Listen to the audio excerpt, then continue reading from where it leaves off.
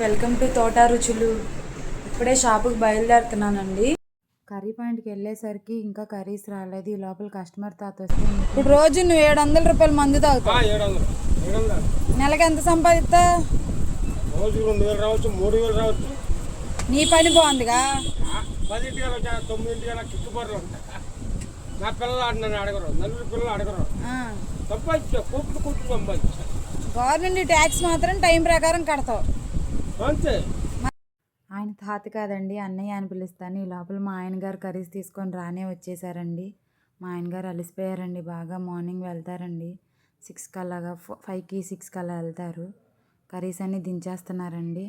మా వాళ్ళన్నీ సదిరేసుకుంటున్నారు ఒక్కొక్కటిగా. ఆయన బయలుదేరిపోయారు. కర్రీస్ చూసారు, అన్నీ సదిరేసాము. వేడివేడిగా పప్పు, సాంబార్, రైసు, కర్రీసు అన్నీ రెడీగా ఉన్నాయండి. చూస్తుంటేనే నోరు ఊరిపోతుంది కదా. మీరు కూడా ఆర్డర్ చేసుకోవాలనుకుంటే స్విగ్గీలో కనకదుర్గ క్యాటర్స్ అని టైప్ చేస్తే వచ్చిద్దండి. ఇది కానీ మీకు నచ్చితే ప్లీజ్ అండి షేర్ చేయండి, లైక్ చేయండి, సబ్స్క్రైబ్ చేయండి.